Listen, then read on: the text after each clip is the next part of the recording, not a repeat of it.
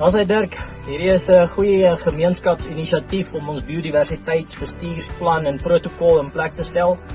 Hier in Limpopo is sekerlik van die meeste skoon buffels in Suid-Afrika.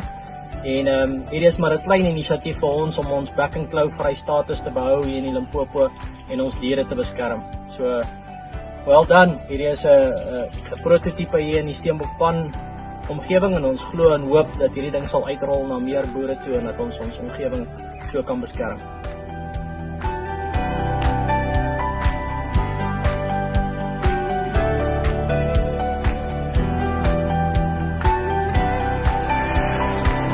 So, as hy Dirk, well done. Back and claw vry, dis hoe ons wil bly.